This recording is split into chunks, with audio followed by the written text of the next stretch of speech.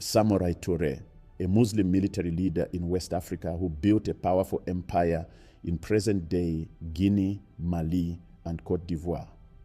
He resisted French colonization for nearly 2 decades, but the Berlin Conference gave France the legal justification to invade his territory. These were not primitive societies. These were nations with armies, economies, and diplomatic traditions.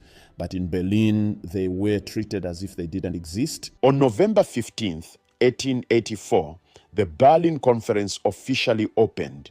The location was the Reich Chancellery in Berlin, a grand building designed to project German power and prestige. The atmosphere was cordial, champagne flowed, handshakes were exchanged, but beneath the pleasantries, this was a negotiation among rivals. Each nation wanted to maximize its gains while minimizing conflict with the others.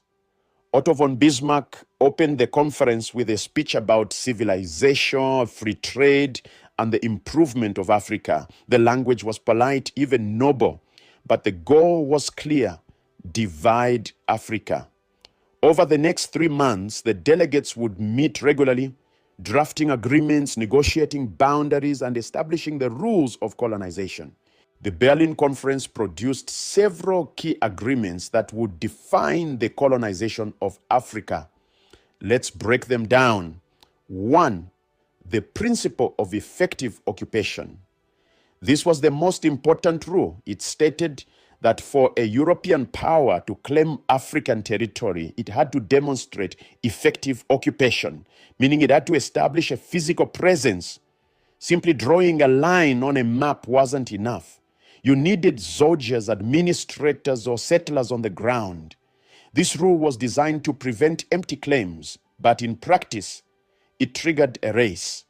European powers scrambled to send expeditions into the African interior to plant flags and establish forts before their rivals could. 2.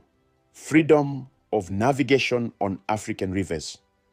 The conference declared that the Congo River and the Niger River were to be free and open for trade by all nations. This sounds reasonable, but it had a dark purpose. It allowed European merchants and militaries to travel deep into Africa's interior, bypassing African control over trade routes. For African kingdoms that had grown wealthy by controlling river trade, this was devastating. The rules of the game had changed without their input. 3. Recognition of the Congo Free State. This was King Leopold II's